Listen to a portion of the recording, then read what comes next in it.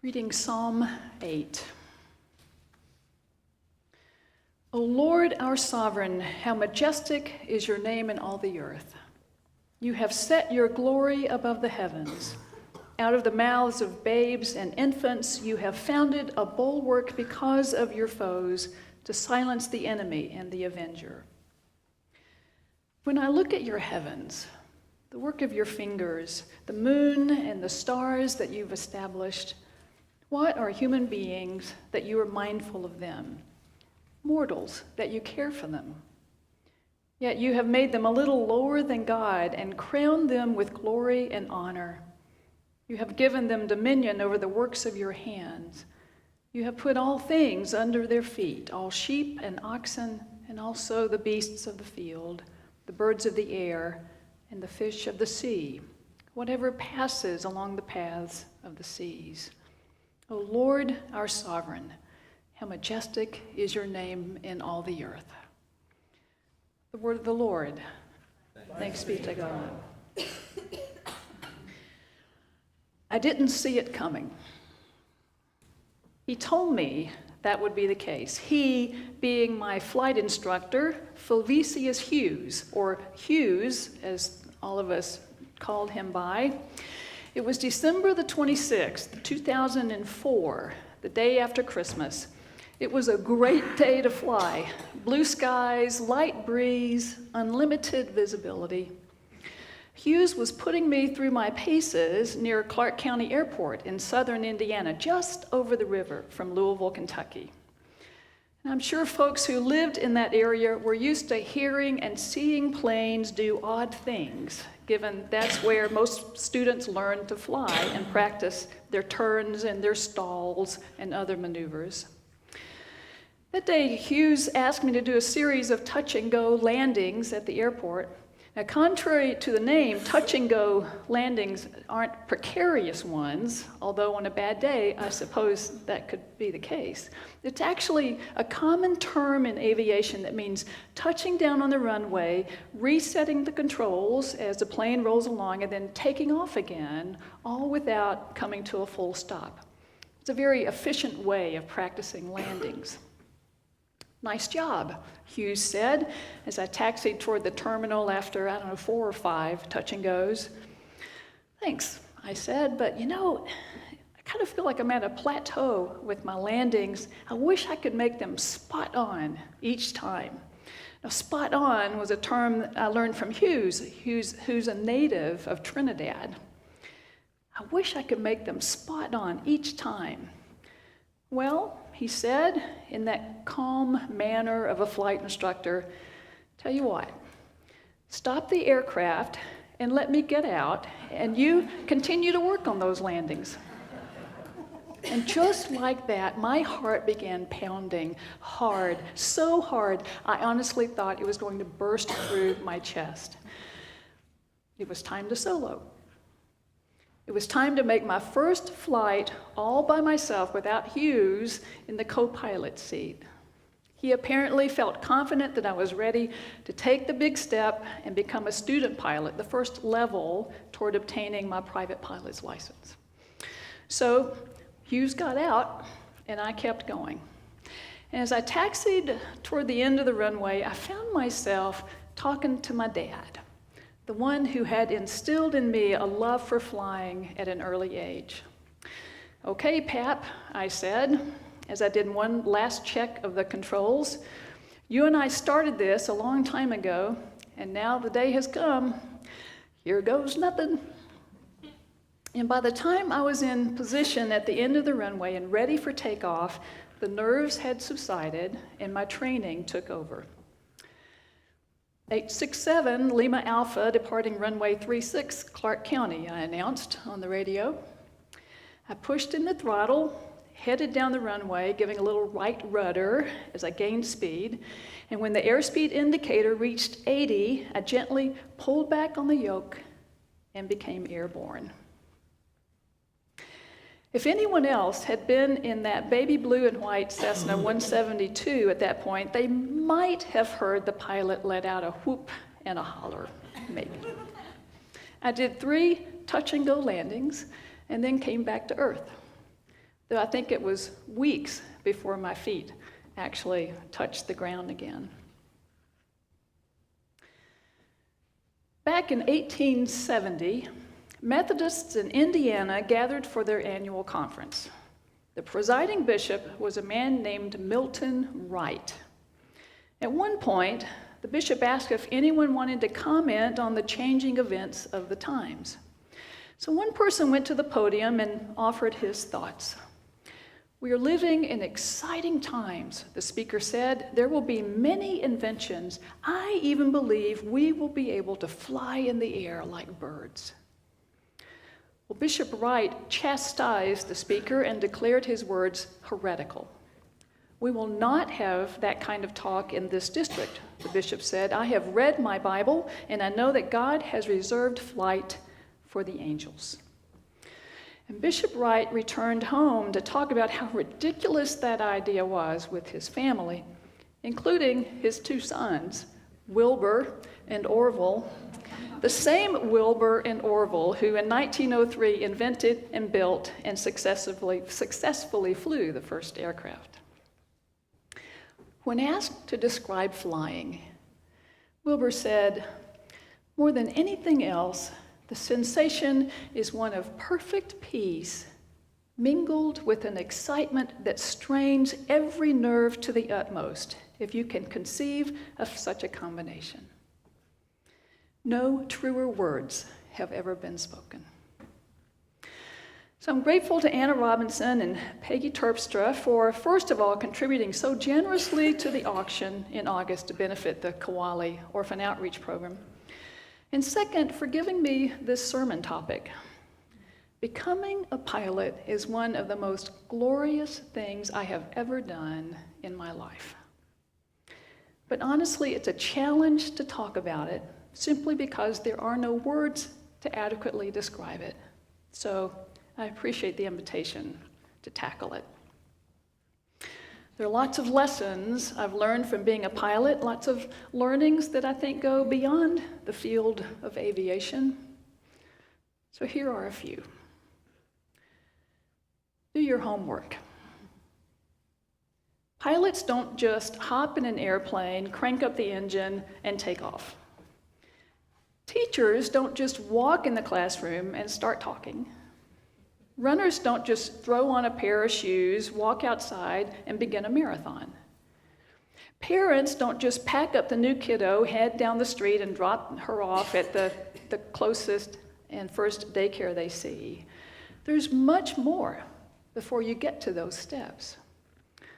For a pilot, before even getting to the airport, there's the frequent check of the weather, the radar, the wind speed, the cloud ceiling, and more. If you're going any distance, there's the mapping out of the course, identifying in advance the landmarks on the chart that you'll look for as you're flying to make sure that you're on track. Before climbing aboard, there's the walk around the aircraft where you literally eyeball nuts and bolts and hinges and brakes and tires and oil and fuel levels. There's a pre-flight checklist for controls and instruments and the radio. As a pilot, you do these things every single time. As a teacher, you do your lesson plans every single time. As a runner, you stretch your muscles every single time. Cutting corners can have undesired effects. Do your homework. Pay attention. There's a term used in flying called situational awareness. It has to do with the pilot maintaining a keen sense of the surroundings, both inside and outside of the airplane while flying, checking instruments, surveying the sky for other traffic, staying alert to what's being said on the radio, keeping an eye on the weather, and on and on. Situational awareness is an important skill for pilots to develop. I think that is why when I fly, I don't think of anything else but flying. It takes all of my attention. I remember Hughes would intentionally try to distract me, engage in a conversation about something totally unrelated to flying as I was talking with an air traffic controller or preparing for a landing. Staying present, having situational awareness is essential to flying, but it's not unique to flying. It's good to know what's going on around you. Because in the words of the prophet Isaiah, I'm about to do a new thing. Do you not perceive it? Pay attention. Know your limits. I took off late one morning with the plan to fly from Louisville to Allard to visit my parents. I'd done my homework. The conditions were good. There were scattered clouds, little ones that kind of look like cotton balls up in the sky. But there was enough visibility to see the ground, which is very important. But when I got airborne, I found that the cloud ceiling, that point where the bottom of the clouds begin, turned out to be at the same elevation I had planned to fly. So I had two options. I could go a little higher, which meant going through and perhaps around some clouds, or I could drop lower, which meant being that much closer to the beautiful Cumberland Mountains. I could have done either of those, but I decided to turn around and head back. It just wasn't worth the risk. I might go around a cloud and get lost. I might get too low and just hug those Cumberland Mountains. So it wasn't worth the risk. I was disappointed, but I was safe. Where are your limits? Where are your limits, and when are you tempted to push beyond them? Do they have to do with food, or alcohol, or money, or the time you spend on social media, or how much sleep you need? Know your limits and do what you need to do to stay within them. Expect some turbulence. There are days when flying is as smooth as silk. You could sip soup. I knew I would do that. Sip soup without spilling a drop. And then there are days when it's a bumpy ride. A weather report offers fairly reliable information about where and how bumpy it may be, but as we know this past week, weather reports and forecasts aren't always spot on. But the best information comes from pilots who've actually flown that same route ahead of you and broadcast word about turbulence. The extreme example of that are the pilots that intentionally fly into hurricanes to measure the velocity of the wind. There was the day when I made a landing and experienced an unexpected crosswind. That meant the wind was coming from the side rather than head on. I ended up rolling off gently onto the right side, off the right side of the runway and onto the grass. Luckily, the gust wasn't too strong and there were no other planes around. So I simply gave it a little throttle and got back on the runway. No harm, no foul. I must say, I did practice crosswind landings a whole bunch more after that day. There will be turbulence in life. It would be nice to know exactly when and where we'll hit it, but we can't always predict it. So it is good to keep your seatbelt on and practice crosswind landings, just in case. So there's so many other lessons and learnings, but let me mention one more, and it's more of a reminder than a learning, I guess, and it's maintain perspective. When I'm up there, everything down here is so tiny. It's tiny. Big problems are so small against the backdrop of God's amazing creation that is in view all around me. I think the writer of Psalm 8, if not a pilot, was perched high atop a mountain or somewhere with a grand vista. When I look up at your skies and what your fingers made, the moon and the stars that you set firmly in place, what are human beings that you think about them? What are human beings that you pay attention to them? You've made them only slightly less than divine, crowning them with glory and grandeur. You've let them rule over your handiwork, putting everything under their feet, all sheep and all cattle, the wild animals too, the birds in the air, the fish in the oceans. Lord, our Lord, how majestic is your name in all the earth. We are tiny, tiny, itty-bitty little creatures. We are not the center of the universe. The world does not revolve around us. We did not fashion the world. On the contrary, we were made as part of this world and put here by its creator to help it remain vibrant and viable.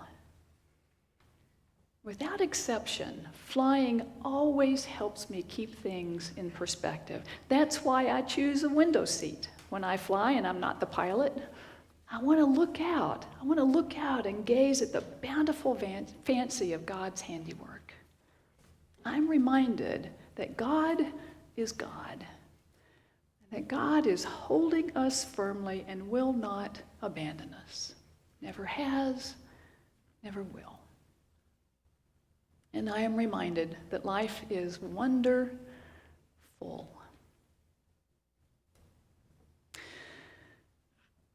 John Gillespie Magee was a pilot officer with the Royal Canadian Air Force back in the 1940s. He was also a poet.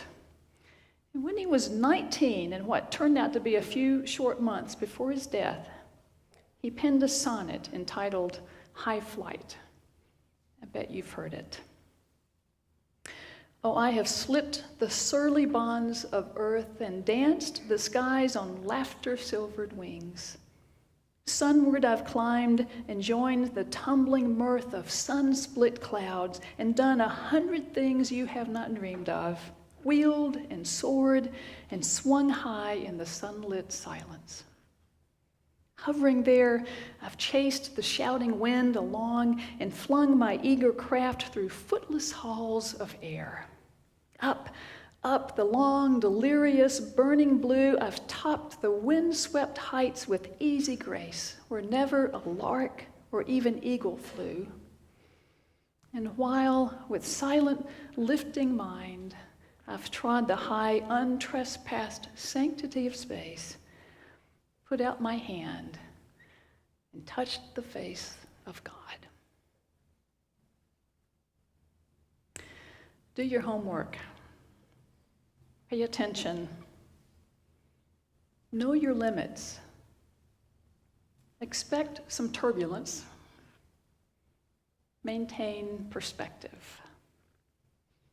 Some learnings from the wild blue yonder to the glory of God, in memory of my dad and all those who have planted ideas in us that have grown and borne fruit, and in honor of Hughes and all of those who have taught us and believed in us and cheer us on.